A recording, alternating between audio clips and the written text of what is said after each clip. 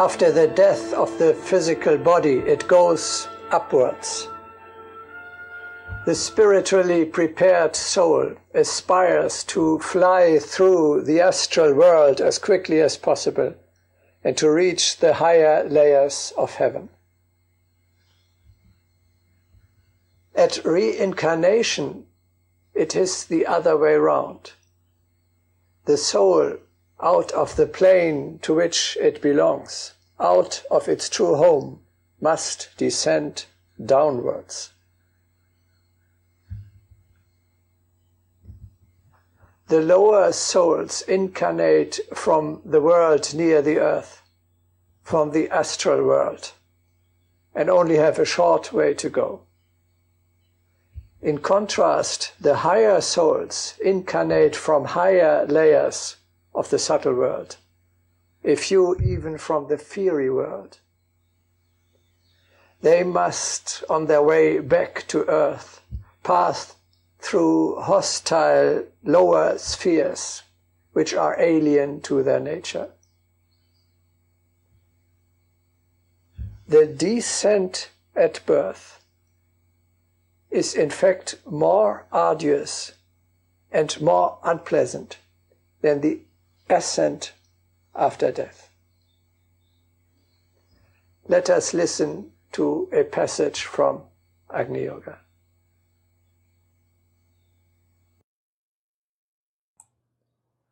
It is difficult to turn from earth to the fiery world, but it is equally difficult to approach the earthly spheres from the subtle world.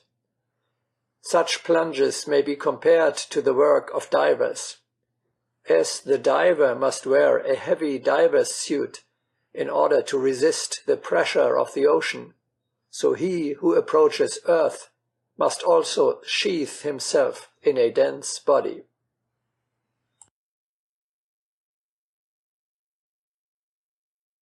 The state of the newborn babe is wisely designed, because it can thus gradually assume the burdens of earth. More than one period of 7 years is necessary to master the earthly existence.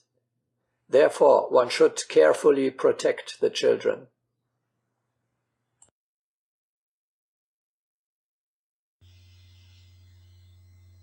Some actually remember their journey to the earth before their birth. The soul flies downward in a sort of transparent well through terrible dark spheres. There live horrible creatures that try to approach us, to cling to us, and to obstruct our way. The soul is indeed protected against being touched by the well, but it is nevertheless shaken by the horrific conditions it has to pass through. As in ascent, the spiritual soul will also in descent try to cross the astral world as quickly as possible.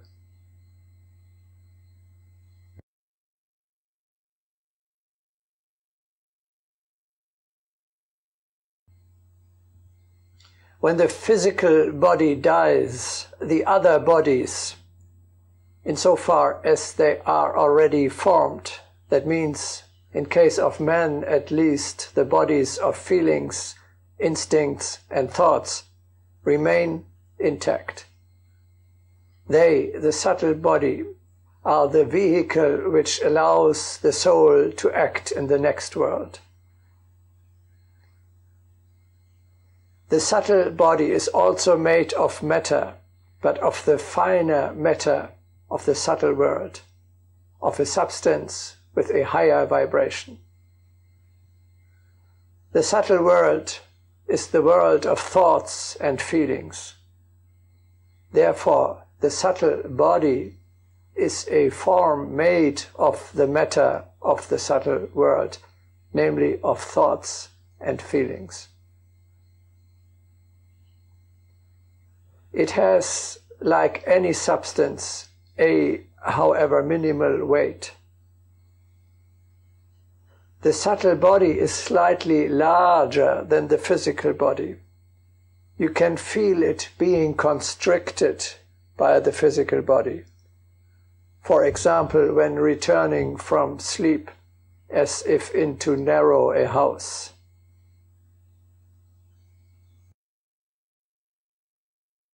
In the late hours of the night we soar into space, and when we return, our earthly sheath seems too tight for us.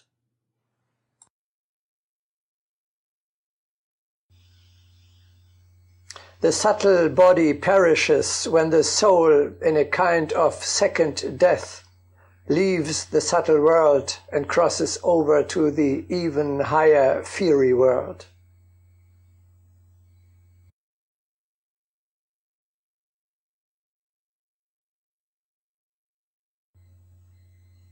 The subtle body is working in the subtle world in the same way as the physical body on earth, and is performing spiritual tasks there. Also during sleep or in meditation, you are moving with the help of your subtle body in the supermundane world. One can speak of the subtle body moving out of the physical body. Thus the well-known phenomenon comes about that you see from above yourself, that is your physical body, remain beneath you.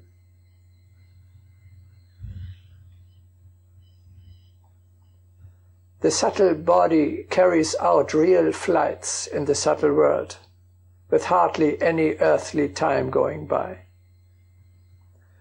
It puts itself, using the power of thought, instantly beyond the limits of time and space, to any conceivable location.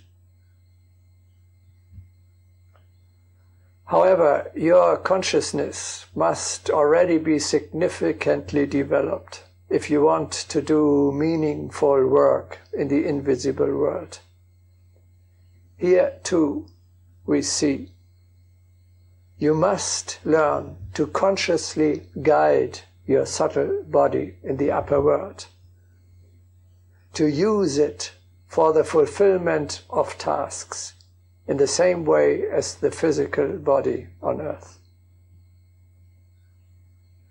As long as we dream chaotically, that is, roaming aimlessly around up there, we have not yet mastered this vehicle.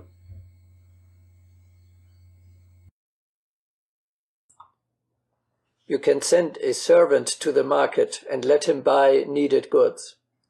In exactly the same way you can send a servant, the subtle body, for the needed spiritual food, for the needed thoughts. And when the order is irrevocable, it will be executed immediately.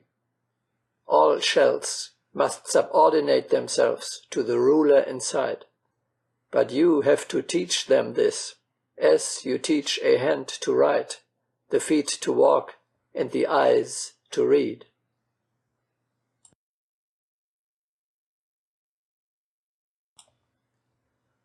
All skills are the result of the willful submission of one or the other companion under the command of the will. In the same way, the consciousness is being taught or trained in the sphere of the ability and skill to make use of the shells with whom it makes its appearance.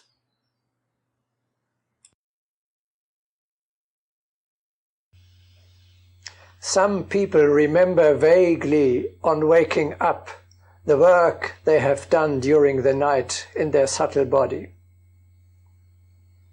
A high consciousness will also during this time take part in the great work of the hierarchy. There are those who do at night even more work than during the day.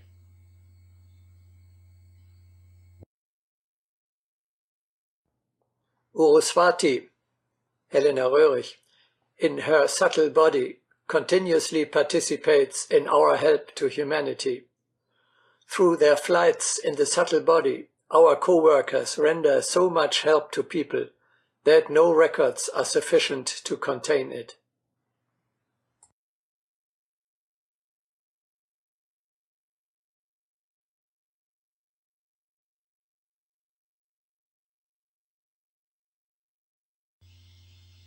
The subtle body must be nourished, maintained, cared for, cleaned, trained, developed, and strengthened in the same way as the physical body. In the subtle world, the world of thoughts and feelings, it is not the material forces, but the thoughts that act. Thus, the subtle body, like any other form of the subtle world, is a mere thought construction. It is made of our own thoughts, feelings, ideas, ideals, aspirations, wishes, desires, and strivings.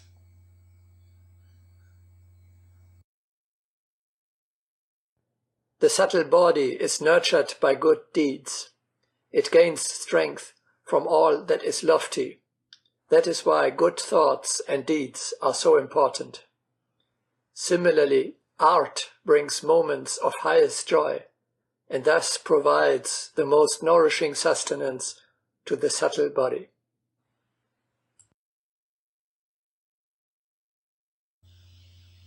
Nevertheless, it is a relatively consolidated structure, because for eons we are weaving on him in every moment. We create this body ourselves by every single one of our thoughts and feelings.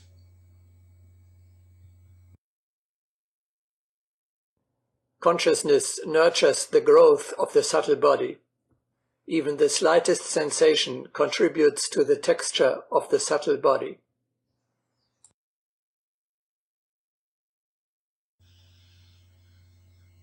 The accumulation of these efforts, gathering around the eternal individuality, are, as we have seen, not lost with death.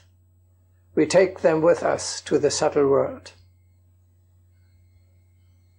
If we keep our spiritual forces clean, we create for ourselves a beautiful subtle body. Earthly desires, however, uglify the subtle body like ulcers. Although they are connected to the physical body, we do not get rid of them by its death.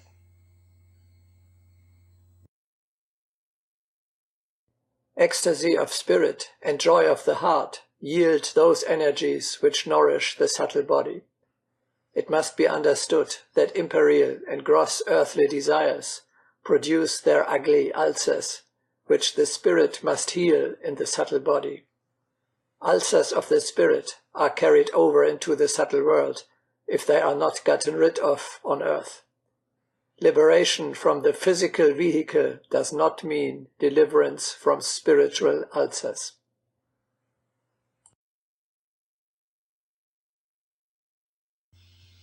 This again shows the need to control our thoughts and feelings, in particular to purify them and to think and feel only big, beautifully and selflessly. We shall speak about this in detail in a later broadcasting.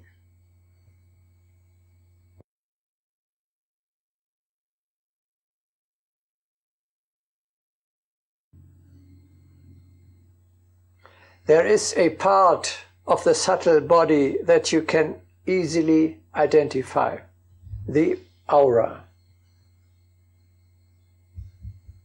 Do you not sense the emanation, the impression of the essence of a person that surrounds him? Each of you have already felt the influence of a personality on people in a room, on the surroundings and the circumstances, even on an entire nation. We had spoken in broadcasting 2 of the series Experiment Immortality about the signs from which you can recognize that man is endowed, in addition to the physical body, with a spiritual nature, the soul. The aura is further evidence for the real existence of our non-material being. How does the aura look like?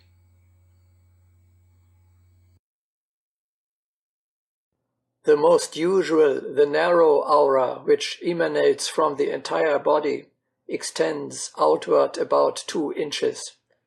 In accordance with the degree of spirituality, it begins to expand from the upper nerve centers. Starting from the solar plexus, it afterwards rises toward the brain centers, forming the so-called solar aura.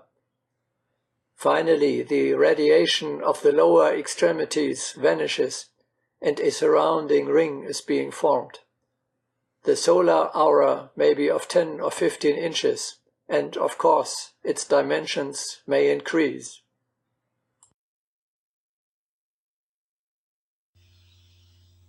No one can hide his emanations. In our aura, there is reflected our entire character, all our thoughts, feelings, desires, wishes, and aspirations.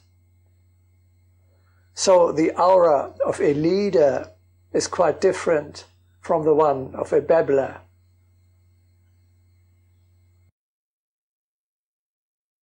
Make an effort to compare the physical radiations of a babbler and a leader for the general good.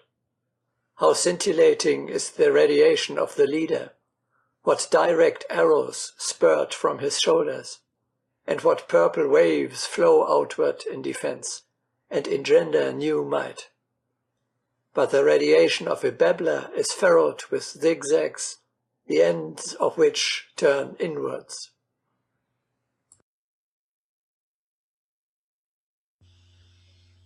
On the aura of a person is based his attraction, his magnetism, and his power.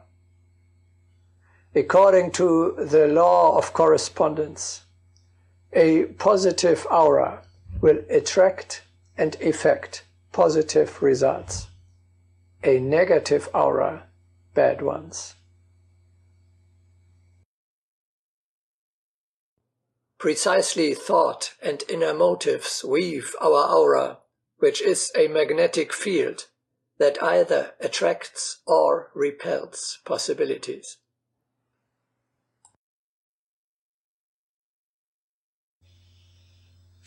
With people of a high spirituality, the radiation is so strong that it is almost visible. The aura is the scientific explanation of the gloriole of the saints.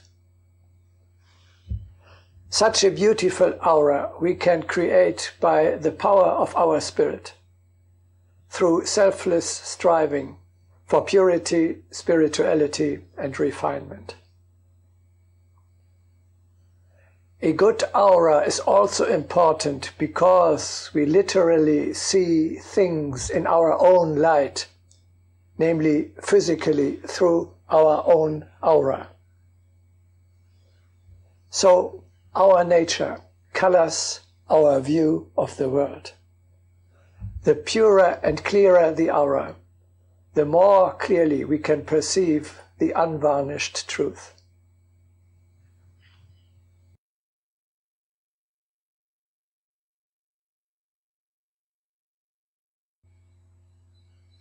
You can significantly increase your ability to judge other people by developing the sensitivity to capture the essence of a person at first sight by his aura. From his emanations, you can read his character as from an open book. You are desperately depending upon ascertaining the intentions, the reliability, the suitability of the people with whom you have to do. If you make mistakes in them, this will have dire consequences. Let us learn how to judge them based on their emanations.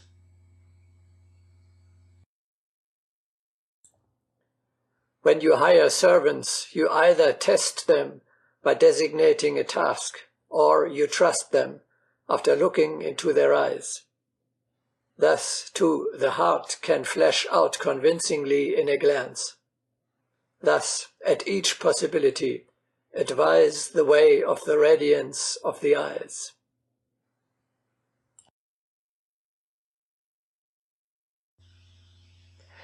Analyzing the aura is a good example for the new divine science. You can sense, without doubt, embarrassment, fear, excitement, hatred, or doubts harbored and thus emanated by a person. But not with the 5 senses of the physical body, and not with the intellect either, but only with the higher senses of the subtle body, especially with the heart.